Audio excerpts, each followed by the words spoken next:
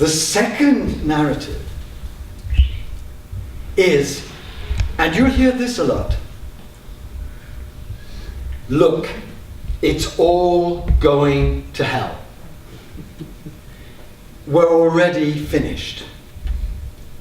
So, party hearty, kids.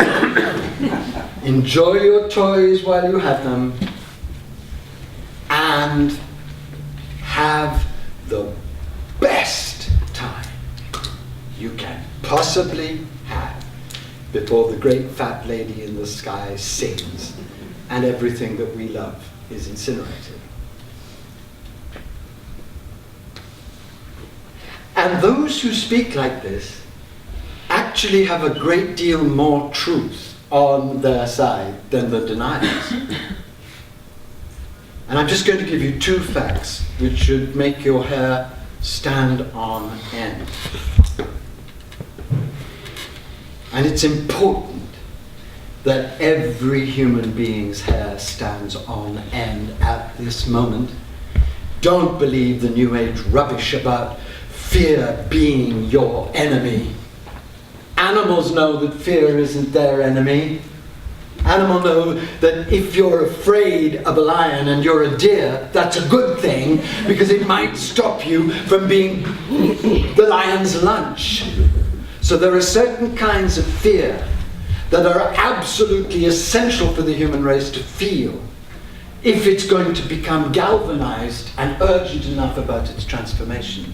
Just as there are certain kinds of fear that you must have felt when you took the path for the first time. Fear that you'd always be stuck in your pain. Fear that you'd always be stuck in your depression. Fear that you'd always be confined by your narrow little biographical nutcase self and never be released into the reality of truth. Don't tell me those fears didn't help you. They saved your life. They saved mine, and they continue to save mine.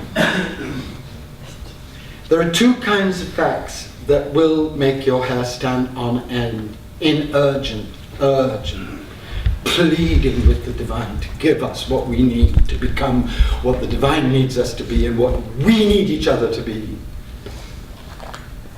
The first fact is that methane gas, which is, some scientists say 80 times stronger than CO2, some scientists say 150, is being released in such massive, massive amounts through the warming up of the tundra that some scientists, and these are not flakes, these are highly educated, highly influential scientists, are saying that if this rate of release continues, wait for it, the human race could be extinct and take a great deal of nature with it in 15 to 20 years. If you don't believe me, look on Arctic News. Look on Guy McPherson's magnificent website. Read the Extinction Dialogues between Guy McPherson and Carolyn Baker, where this case is made with icy scientific precision. And of course, the destruction isn't certain, but the very fact that we can be having a conversation like this should make every single human being stand up and say to every other single human being, what are we going to be now, and what are we going to do to try and prevent this madness burning down our world? Because when methane gas gets to a very high concentration in the atmosphere, guess what happens? It catches fire. So the whole sky is flame, and every living thing is burnt to a crisp. 15 years, they're saying, as a distinct possibility, if we don't change everything. The second fact is also, let's say, alarming.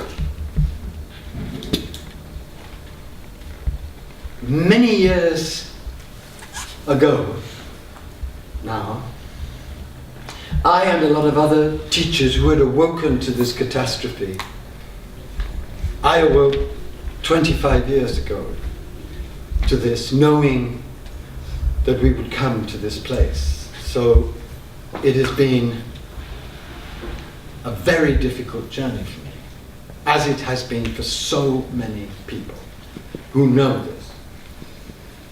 Because to know this in a world that refuses to accept it, to know this in a world that has got greedier, more unjust, less active, less concerned as a response to this, to know this is quite literally to be crucified by that knowledge. And I know that many of you share that heartbreak beyond imagining. But I did believe at that time that if this devastatingly dangerous, dissociated, unbelievably cruel and harsh and violent structure of society that we've created collapsed, then out of the collapse a birth would come. Now I understand that that's naive for two reasons. First of all, my friends, collapse does not make people nice. We see what happened in Germany in the 30s when there was a major collapse. It isn't necessarily the birthing bed of a race of bodhisattvas and Christ-conscious sacred activists. It can also be the birthing bed of fascists who wish to enslave people to their vision and use terror as a way of controlling the whole populace and getting the populace to do what it wants. And if you've been awake in America in the last 10 years, you know that most of the edifice of a fascist state has been put in place. The Patriot Act did a very good job, and the massive increase of surveillance, so nobly testified against by Snowden, makes the creation of a fascist state in the face of danger almost certain. So let's get real. That's the first point. And the second point is, if the industrial world collapses, the 400 nuclear reactors that are connected to the grid will melt down. So we will have a 400 Fukushima event, which will, of course, annihilate everything on Earth. So you and I are between a rock and a hard place.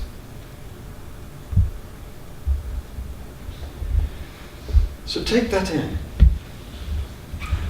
And don't take it in with your minds, because your minds will already be saying something like, well, I think 15 years is a little too short. Maybe 30, 35, or perhaps we'll find a way of getting the nuclear reactors to be hitched onto another kind of energy so that they won't. The mind does that. But your heart already knows what I'm saying. Everybody knows, as Leonard Cohen says. And your dreams, like my dreams, are haunted. And your dreams, like my dreams, are filled with heartbreak and grief.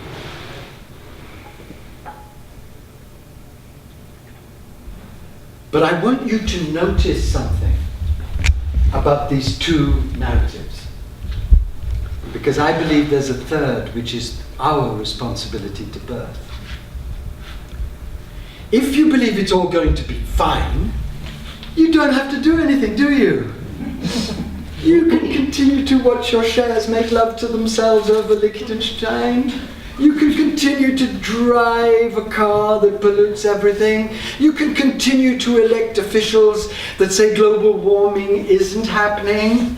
You can continue to live the banal shutdown comfortable life that we have all become so horribly addicted to in this culture, and say God's going to look after it, it will be done, the human race has always gone through, but you don't turn up to be part of the solution. You just sit back and narcissistically say, it's going to be fine.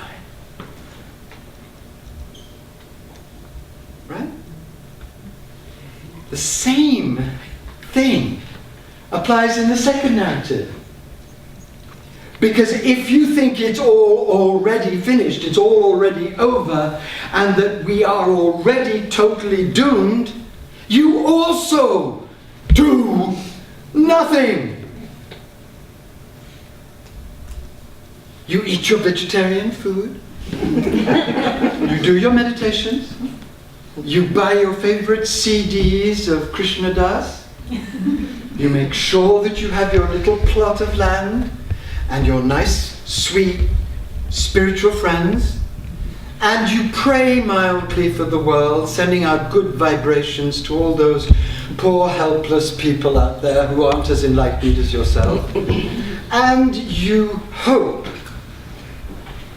if you're 63 like myself, that in 15 years you'll already be finishing your lifespan, so what does it really matter if the whole world goes with you? After all, you are the most important person in the world. So both these narratives are corrupt in a very strange and secret way. They're corrupt because they conspire with the greatest illness on our earth at this moment, which is our pathological narcissism. And narcissism is now an epidemic, and both positions are narcissistic. One saying it's all going to be done for me, the other saying there is nothing I can do, so I might just as well live the best and happiest life that I could possibly carve out for myself. Both refer to the non-existent personal self, so both are fantasies. Because the truth is, and this is something that all authentically religious and mystical people, and all wise people, whether they're mystical or religious, know. The truth is that even in the very extreme situation we are in, nothing yet is finally certain, and we simply do not know what can still unfold, especially if there are on the earth a huge, tender, humble, passionate, compassionate army of lover, warrior, midwives of the new. That could change everything. And taking the easy way out of a banality that says all will be well, or of an unearned pessimism that says it's already finished, taking that easy way out amounts to just shoving the whole human race and the whole animal race into an oven and sitting back with your Chardonnay and watching the world burn. Because I believe that the real meaning of this extreme crisis is that it is an evolutionary crisis. And I believe that on the one hand, we have to face the death that we ourselves are bringing upon the earth, the sixth extinction, the death that we are propagating by this monstrous, greedy, cruel, insane death machine of a capitalism unfettered, of an infinite belief in infinite progress, of a world which is becoming more and more and more divided between the very rich who control everything and you and I who have very little power, whatever we think. Right? I believe that if you dare to face without illusion or mask or any escape or running into either of those two narratives, the fullness of what is upon us, the fullness of what is upon you and I, your children, your grandchildren, your pets, the grass out there, if you really face it, and if you really dive deep into your spiritual nature and discover there the deathless truth of your divine identity, then what rises in you is not it's going to be fine or it's already over. What rises in you is Shantideva's prayer and the passion of the Christ to turn up with all of your flaws and follies and give your whole damn life with your friends, with your sacred friends, to do something that could prepare a way through. In other words, you become passionately and humbly a real sacred activist. And if millions of us take this choice and come together, then we can alter the alchemical structure of this madness.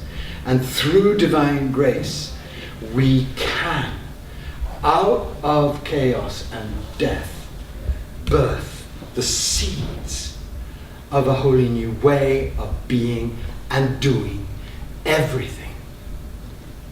And I'm going to tell you one more thing. You know how shy I am and reticent to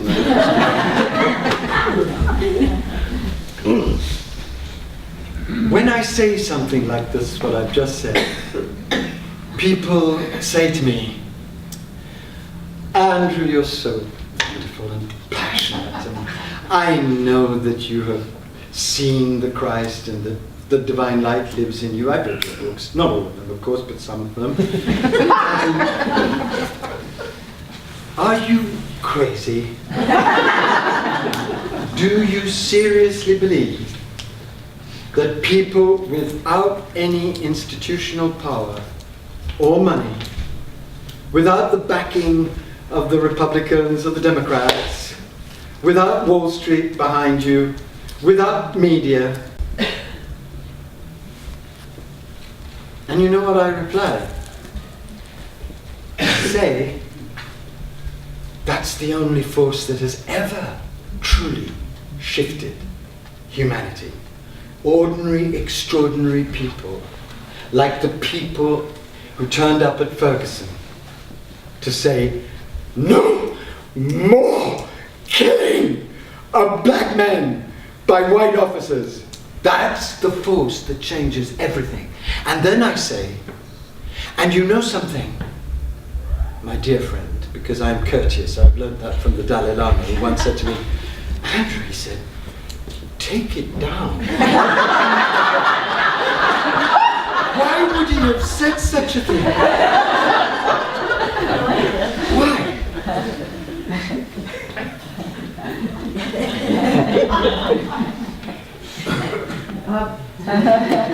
I say to them, look, if you want a life of divine meaning, if you want to experience in the cells of your body the peace of the divine, if you want to live in the glory and the power and the passion and the radiance and the energy of the Sacred Heart, then get out there and serve. And whatever happens, even if everything that you are and everything that you do is for nothing in terms of the history of the planet, even if humanity commits suicide and matricide, even if every being is burnt to a crisp, you, while you are in that consciousness and enacting that consciousness, you will be living your fullest, wildest, most powerful, most authentic life. And you will find that if you do, that will be worth everything. You will be alive before you die, which is a state achieved by remarkably few. Pure.